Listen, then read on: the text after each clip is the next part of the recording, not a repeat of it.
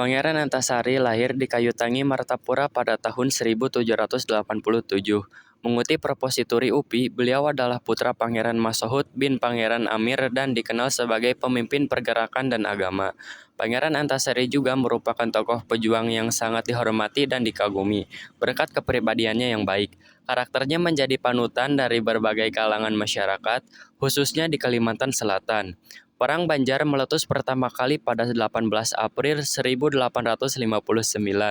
Menurut buku Atlas Pahlawan Indonesia oleh Gamal Komandoko, Pangeran Antasari memimpin sekitar 6.000 orang. Belanda dibuat kerepotan menghadapi serangan rakyat Banjar di bawah komando sang pangeran. Selanjutnya, pada 25 April 1859, Pangeran Antasari memimpin 300 prajuritnya menyerang tambang batu bara milik Belanda di Pengaron. Dia memimpin prajurit Banjar menyerang pos-pos Belanda lainnya, bahkan berhasil meledakkan dan menenggelamkan kapal onrus milik Belanda beserta pemimpinnya. Semboyan yang sangat populer dari Pangeran Antasari adalah Haram Manyarah Wajah Sampai ke Puting.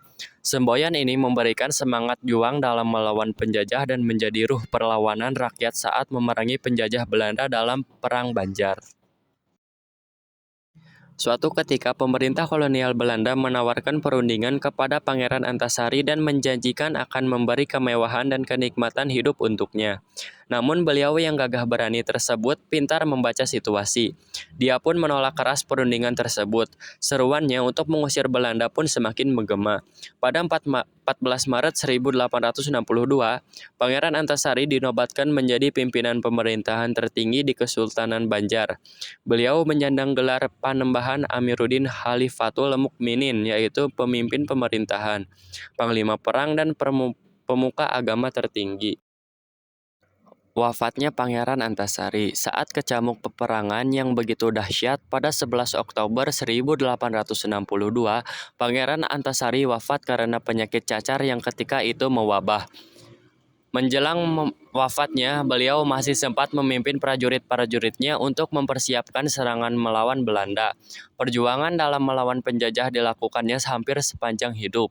Jasa dan perjuangannya pun diabadikan dalam berbagai sarana dan prasarana, instansi atau lembaga yang menunjukkan penghargaan kepada Pangeran Antasari.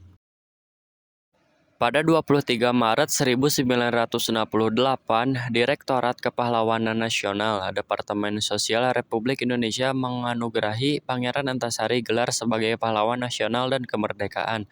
Hal ini diberikan berkat jasa dan pengabdiannya yang telah berjuang melawan penjajah dan merebut kemerdekaan.